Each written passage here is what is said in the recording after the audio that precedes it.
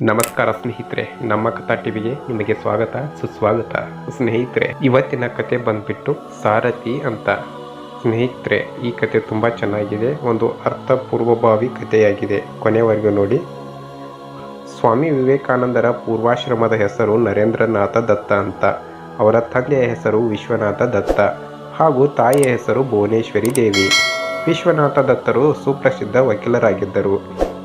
ತಮ್ಮ ಮಗನು ಕೂಡ ತಮ್ಮಂತೆಯೇ ವಕೀಲನಾಗಬೇಕ ಎಂಬುವುದು ಅವರ ಮಹದಾಶೆಯೇ ಆಗಿತ್ತು. ಆಗಿನ ಕಾಲದಲ್ಲಿ ಕಲ್ಕತ್ತಾದಲ್ಲಿ ದೊಡ್ಡ ದೊಡ್ಡ ಜಮೀನ್ದಾರರು ಬ್ರಿಟಿಷ್ ಅಧಿಕಾರಿಗಳ ಸಾರೋಟಿನಲ್ಲಿ ಓಡಾಡುತ್ತಿದ್ದರು. ಕುದುರೆಯನ್ನು ಕಟ್ಟಿದ ಆ ಸಾರೋಟಿಗೆ ಒಬ್ಬ ಸಾರಥಿ ಇರುತ್ತಿದ್ದ. ಬಾಲಕ ನರೇಂದ್ರನಿಗೆ ತಾನು ದೊಡ್ಡವನಾದ ಮೇಲೆ ಸಾರೋಟಿನ ಸಾರಥಿಯಾಗಬೇಕು ಎಂಬ ಆಸೆ ಉಂಟಾಯ್ತಂತೆ.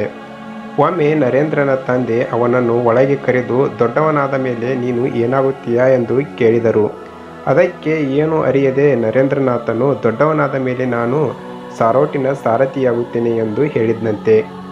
ಅವನ ಮಾತಿನಿಂದ ನರೇಂದ್ರನ ತಂದೆಗೆ ತುಂಬ ಕೋಪ ಬಂತು. ಅವನು ಅವನ ಕಪಾಳಕ್ಕೆ ಏಟು ಕೊಟ್ಟರು.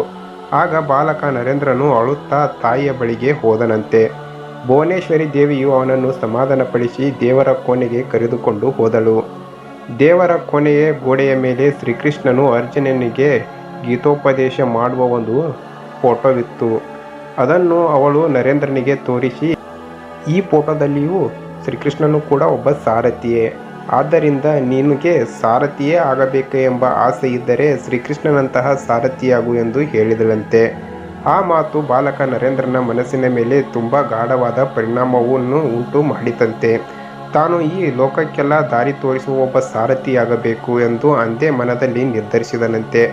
ಮುಂದೆ ದೊಡ್ಡವನಾದ ಮೇಲೆ ವಿಶ್ವಕ್ಕೆ ವಿವೇಕ ಹಾಗೂ ಆನಂದ ಎರಡನ್ನೂ ನೀಡುವ ವಿವೇಕಾನಂದನಾದನಂತೆ.